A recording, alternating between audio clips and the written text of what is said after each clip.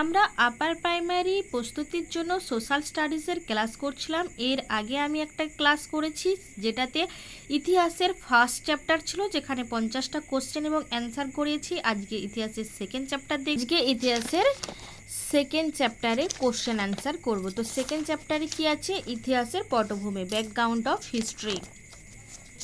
এর আগের দিনে হয়েছে সমাজবিজ্ঞানের বিষয় হিসেবে ইতিহাস। এখানে ছিল 50টা কোশ্চেন। এই 50টা কোশ্চেন কিন্তু হয়ে গেছে আমাদের, এই 50টা কোশ্চেন কিন্তু হয়ে গেছে। আজকে আছে ইতিহাসের পটভূমি, ব্যাকগ্রাউন্ড অফ হিস্ট্রি, মানে হচ্ছে সভ্যতার শুরুতে মানুষ কোথায় বসবাস করত, কিভাবে জানা যেত, এই সব বিষয় কিন্তু এই চ্যাপ্টারটাতে আছে।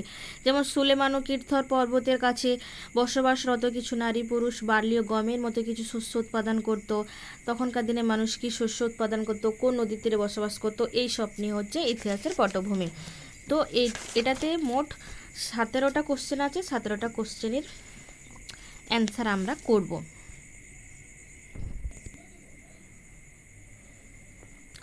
সভ্যতার শুরুতে মানুষ কোথায় বসবাস শুরু করে?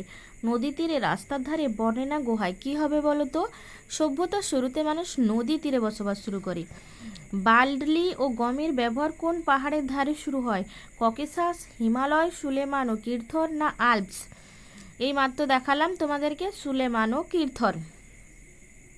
তারপরে বলেছে শস্য উৎপাদনের কাজ আজ থেকে প্রায় কত বছর আগে শুরু হয়?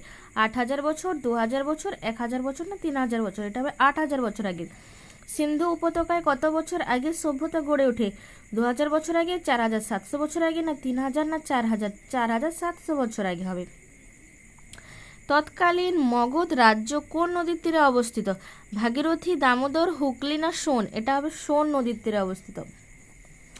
মানুষের যাতায়াতের পথে বাধা হয়ে দাঁড়াতো পর্বত, জন্তু, হাতি না সিংহ? পর্বত। বড় বড় পর্বত যদি সামনে থাকতো, পড়ে যেত, তাহলে মানুষের যাতায়াতে বাধা হতো।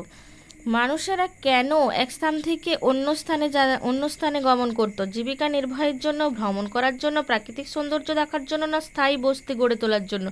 এটা হবে জীবিকা নির্বাহের জন্য। তারপরে আছে প্রাকৃতিক সীমানাগুলি কি ছিল? পাহাড় পর্বত, মরুভূমি, মালভূমি না অরণ্য? এটা ছিল পাহাড় পর্বত। পাহাড় পর্বত দিয়ে কিন্তু তখন প্রাকৃতিক সীমানা নির্ধারিত হতো। হচ্ছে আমাদের দেশে কোন দুটি নাম বিশেষভাবে প্রচলিত? ইন্ডিয়া না ভারত? পাকিস্তান ও হিন্দুস্তান? পূর্ববঙ্গ, পশ্চিমবঙ্গ, ভারত ও বাংলাদেশ? এটা হবে ইন্ডিয়া ও ভারত। তোমরা সবাই জানো।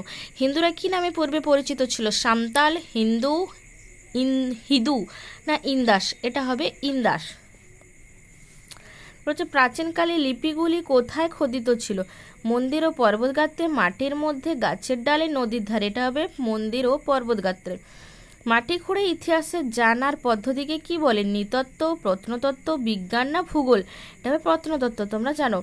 পুরনো লিপিগুলি কি কারণে নষ্ট হয়ে যেত? পোকামাকড়ের আক্রমণে, প্রাকৃতিক দুর্যোগে, ঝড়ে না বৃষ্টিতে? এটা হবে পোকামাকড়ের আক্রমণে। ইন্দাস নদীর তীরে বসবাস করত কোন দুটি জাতি? মোগল পাঠান, ইরানি গ্রিক, সাঁওতাল মুন্ডা, কোলভিল? এটা হবে ইরানি গ্রিক। যুদ্ধ জয়ের পর রাজারা কি স্তম্ভ রচনা করতেন? বিজয় স্তম্ভ, শিলালিপি, মন্দির না মসজিদ? এটা হবে বিজয় স্তম্ভ। আর দুটো আছে, একটা হচ্ছে পশু পাখি মাছের হাড় দিয়ে গবেষণা করতেন কারা? ঐতিহাসিক না বিজ্ঞানী, প্রত্নতাত্ত্বিক না ভৌগোলিক? এটা অবশ্যই জানো, প্রত্নতাত্ত্বিক। যারা ইতিহাস নিয়ে গবেষণা করেন তাদের বলে ভৌগোলিক, ঐতিহাসিক, প্রত্নতাত্ত্বিক না বিজ্ঞানী? এটা তো ঐতিহাসিক অবশ্যই হবে। যারা ইতিহাস নিয়ে গবেষণা তাদের ইতিহাস বলে।